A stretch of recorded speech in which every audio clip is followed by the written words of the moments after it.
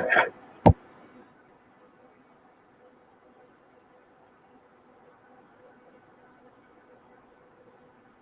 morning, ladies and gentlemen. I'm your host for the day, Namrata Sehrawat. And on behalf of Quest Conferences, I would like to extend a very warm welcome to our chief guest, Mr. V.K. Saraswat, member NITI Aayog, our keynote speaker, Lieutenant General Dr. Rajesh Pant, National Cybersecurity Coordinator, Prime Minister's Office, Government of India. Our partners, VDO Hire, EC Council, and our knowledge partners, ISACA Mumbai chapter. All the eminent speakers and distinguished delegates to the first ever virtual conference organized by Quest on Cybersecurity and Privacy Excellence 2020. Well, today's digital world is best described by the availability of information at a click. This means information security and data privacy is at great risk. Cybersecurity continues to be paramount external concern for CEOs as the number of cyber attacks are increasing every year. Well, this one-day virtual conference will address the intertwined issues of privacy, security, and will also provide an opportunity for the customers, solution providers, and regulators, policymakers to exchange their ideas in the fast emerging area.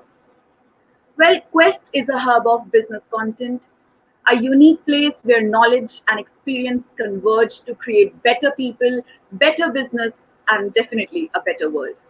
Well, we offer our audiences of business leaders and decision makers the opportunity to exchange ideas, develop new contacts, and participate in informed, impartial, and leading edge discussions and networking. Well, the highest profile delegates meet the highest profile speakers at a Quest conference. Well, the conference business grew out of Quest on the frontier, headquartered in Singapore. Well, we have 10 offices across 8 countries with strategic presence in Hong Kong, Shanghai, India, Vietnam, Indonesia, Malaysia, Dubai, and UK. While we truly believe that attending this summit will definitely enhance your professional and social experiences. Well, now I would like to take this opportunity to welcome our honorable chief guest, Mr. V.K. Saraswat, member NITI Aayog, to address the gathering. Well, a very, very warm welcome, sir. We are absolutely honored to have you here. We are definitely looking forward to your insights on this topic. Over to you, sir.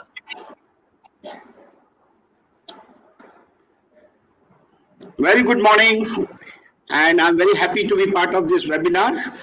All of you know that these days we are all in an isolated mode, working from home, working from offices with 50% kind of manpower. So in a situation like that, while the cyber security has always been a challenge for our country, post-pandemic or during pandemic, the pressure or the challenges have become more acute. And I think the seminar is most timely to discuss the cyber security and privacy issues in a pandemic situation where the basic normal has changed. The COVID-19 has forced organizations to embrace new practices such as social distancing, remote working. There is rise in COVID-19 related phishing and ransomware attacks, which has been reported across the globe, and not only outside, but even in our own country. There have been instances where issues have been brought to the notice of the agencies. Not only business being targeted, end users who download COVID-19 related applications are also being tricked into downloading ransomware disguised as legitimate applications. Malicious file attachments containing malware payloads may be named virus or COVID-19 related themes. Malicious cyber actors are hijacking online meetings that are not secured with passwords or that use unpatched software. So increased security risk due to remote working and learning, and this has really become a major problem. So and there is a major problem which is coming is potential delays are there in cyber attack detection and response. So business community plans must be updated to address this particular issue. We have to really take care of this part. Certainly, working from home has opened multiple vectors for cyber attacks through the heightened dependency on the personal devices and home networks. Social engineering, of course, are even more effective on a distracted and vulnerable workforce.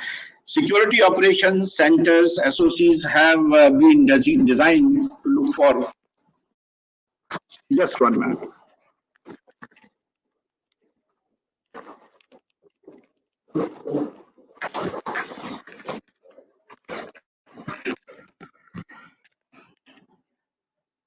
Have been designed to look for anomalous behaviors. Today, SOCs are operating with impaired visibility because everything looks anomalous.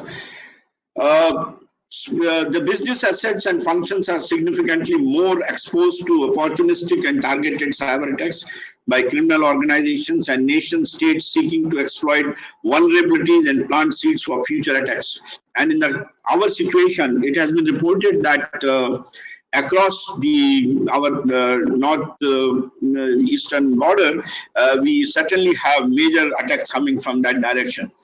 So public sector services such as hospitals and healthcare services are under acute pressure and have been hit particularly hard by new types of ransomware aimed at disrupting connectivity and denial of service attacks. There are economic implications of a cyber attack on the COVID-19 scale, and this could be very mind-boggling. There is a report by ERPA Group of USA. A cyber COVID-like situation can result in inactivity of millions of devices within a few days. If the cyber coronavirus had similar pathology of COVID-19, the case could be as follows, as identified in the case of corona spread. 50% of the network system would suffer a severe degradation, equivalent to hospitalization for a week. The report says that 30% of the systems would be asymptomatic, function normally while spreading the virus, and 50% would require a complete system reinstallation, similar to being on ventilator, and 5% of the computers worldwide would be rendered inoperable, which will be equivalent to being dead. So estimates show that a complete shutdown of the internet globally can result in a loss of more than 50 million a day. Thus, a 21-day lockdown can push the global economy back by more than $1 trillion. So recovering from such a situation can be a tremendous challenge.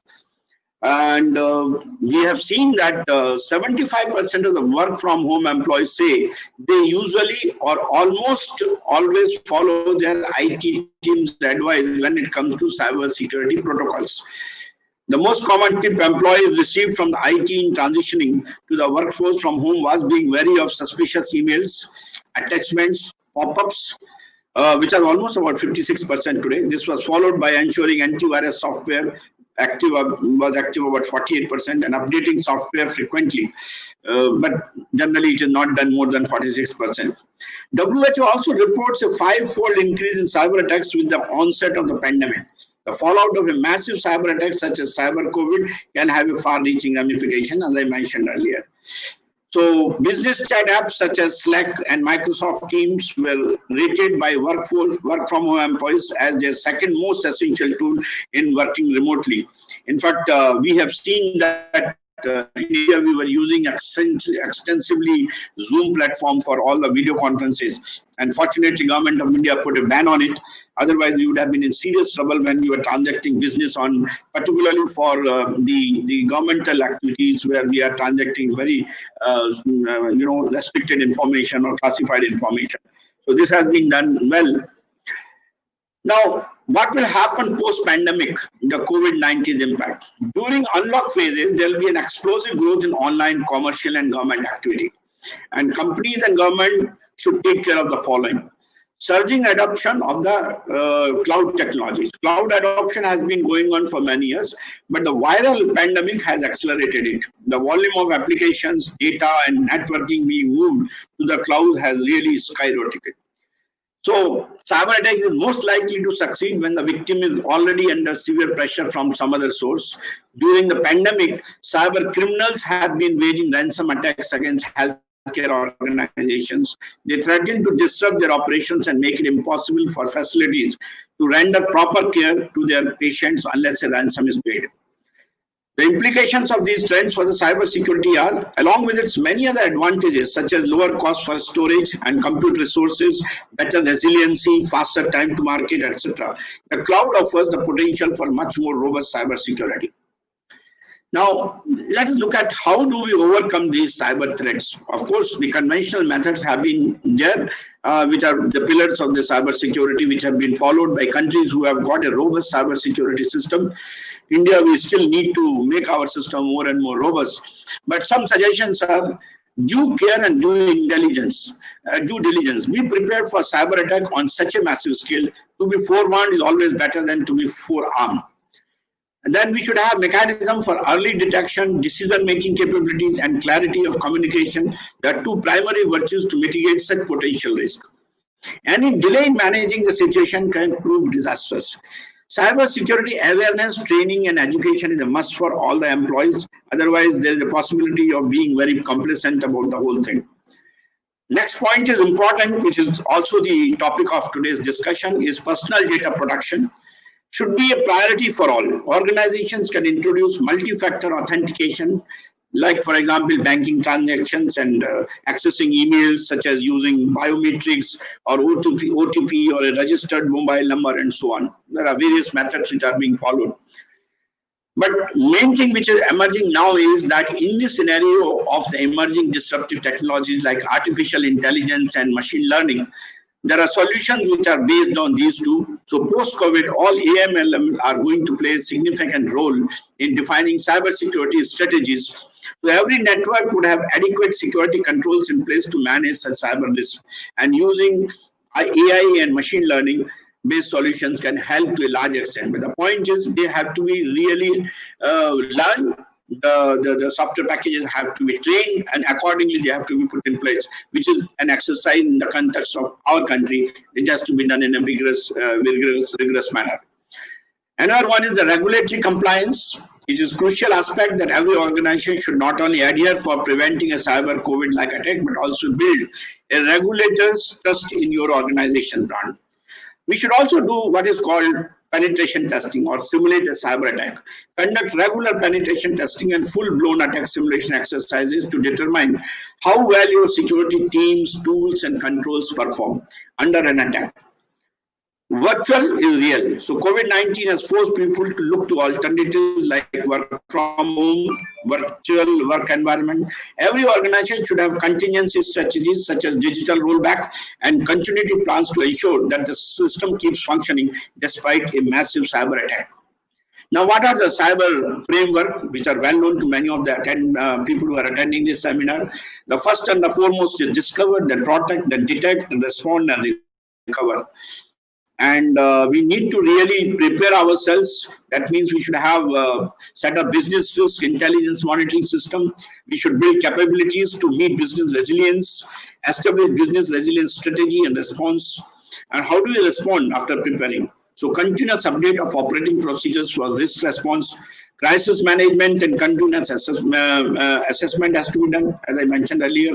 Regulatory and compliance governance is a must. The four dimensions for the cyber security are business processes, infrastructure services. We have critical infrastructure in the country, which is very well important, like water, power, transportation, railways, emergency service, banking, and so on. So these have to be protected with proper cyber security. Economic health, wellness, fintech, tourism, all this has now education. All this has become a major important requirement. Of course, we need to have constituent safety with respect to the personal information, identity, location, and safety.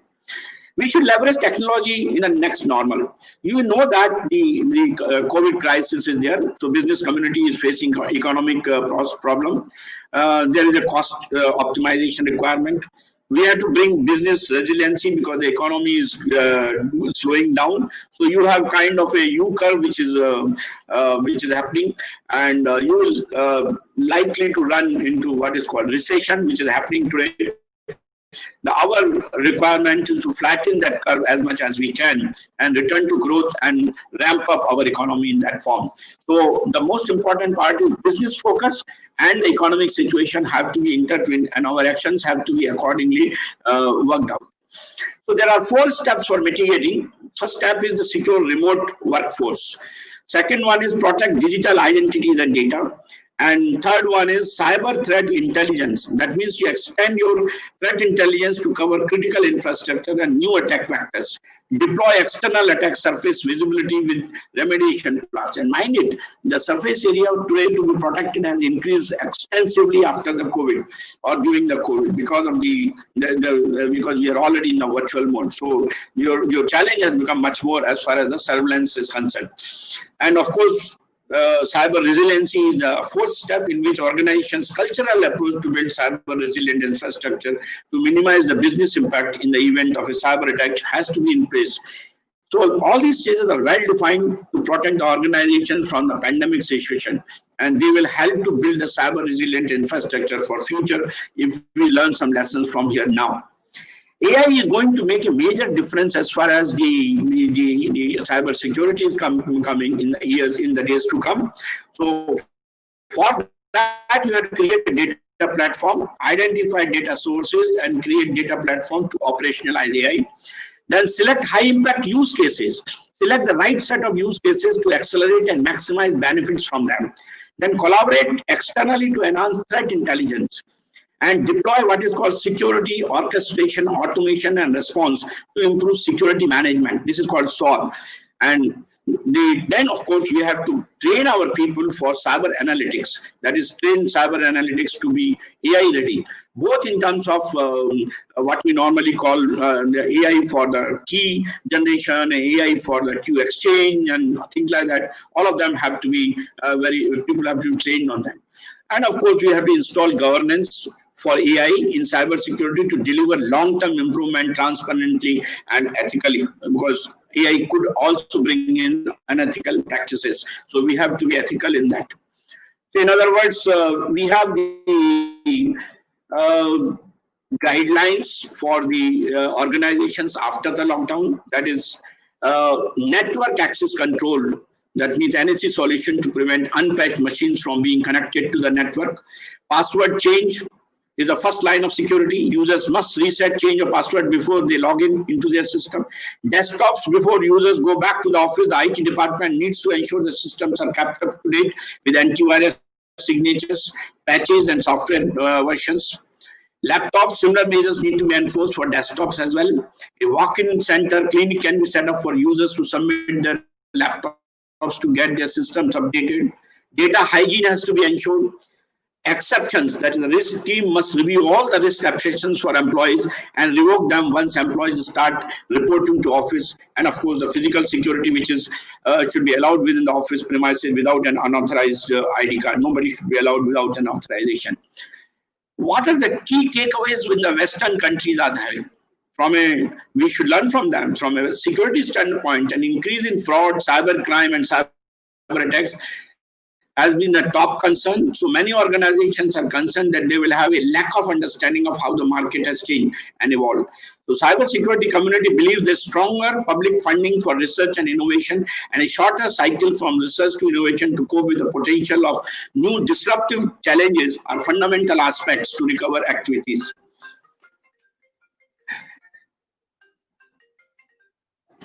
There is a need for research and innovation across all areas of cybersecurity, but the cybersecurity community considers infrastructure resilience and data AI as the two most important aspects, including privacy as the particular pertinent priorities to be tackled.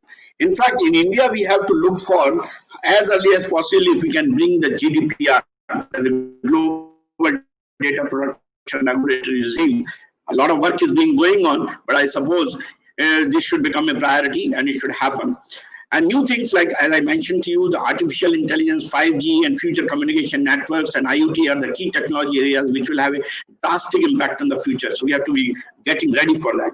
And the new technology which is coming today is the quantum computing and quantum cryptography and quantum key distribution. All these things will run that. So post-quantum cybersecurity will have further challenges because that is going to make the system what could not be broken for many, many years. Sure, algorithms will be very easy to be broken. So we have to be ready as far as those things are concerned.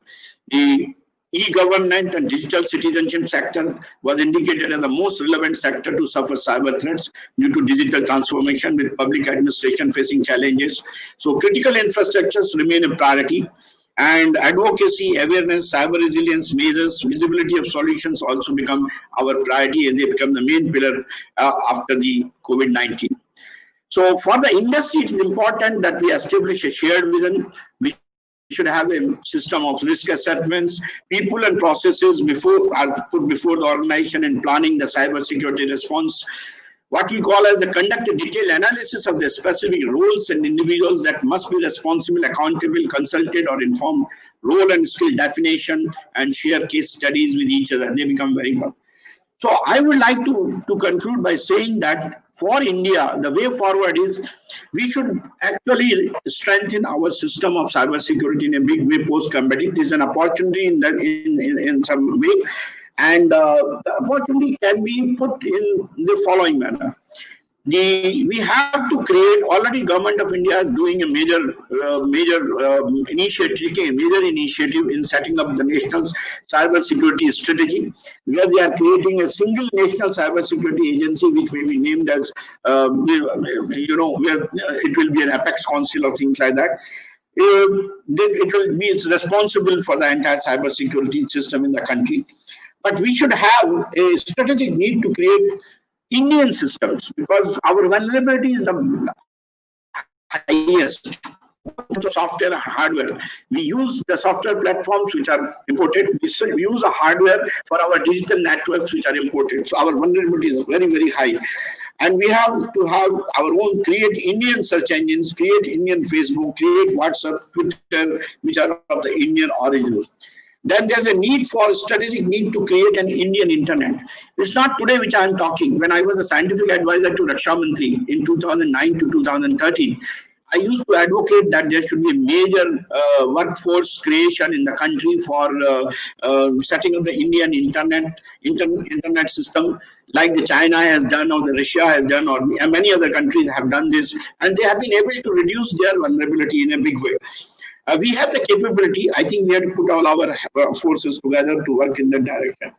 And we should also have government-friendly cyber companies. I think we should not treat the private companies as pariahs. I think we should involve them in the complete planning and processes of cyber security in a very big way. We should have we should upgrade our certification infrastructure, because all the telecom security certification and augmentation is a major requirement, because these are the networks on which we are doing the communication today and working to the digital. Our systems which are in place, whether they are BSNL, MTNL, or even the imported ones like the private networks, all of them are on the imported equipment and hence are vulnerable. So we have to create certification so that we can do the auditing of these networks and say that yes, this is possible. And there should be a regular exercise to audit the networks, whether it's a private network or a public network. We need to ensure that there is certain amount of resilience and security already in place. Finally, I would like to say that telecom and communication networks must be notified as strategic infrastructure. I'm fighting a battle even today that BSNL, which is wanting to put the 4G extension is still, despite Atmanirbhar call and all that, is still planning to go for imported equipment, where the indigenous capability exists in the country for setting up a network of that nature. So I think we have to certainly go away from that kind of a thinking and start doing a lot of indigenous utilization of the indigenous software and hardware, and take a plunge in cyber security infrastructure strategy in such a manner that the gaps which we have and which have also come out during this pandemic, they are filled. Data privacy regulatory regime has to be put in place, because in the new world of AI and data analytics, and finally, I would say, not only defensive, the offensive part or the understanding, the cryptanalysis is one of the biggest gap as far as country is concerned. Our own understanding of what is coming from outside in the encrypted form, and to decipher that is a major problem. So we have to create a major force in the country to strengthen our gap in the cryptanalysis. I think with these few words, I would like to say that post-pandemic, we have a major task to do to strengthen our digital networks with all the pillars which I mentioned, and each one, private companies, industry, academia, and the cybersecurity experts and the government have to play an integrated role to ensure that the country has a robust cybersecurity system. Thank you very much. I wish the conference all the best. Thank you so much, Mr. Saraswat, for your insights. They were absolutely helpful for us. Thank you so much for joining us here. Yeah, thank you.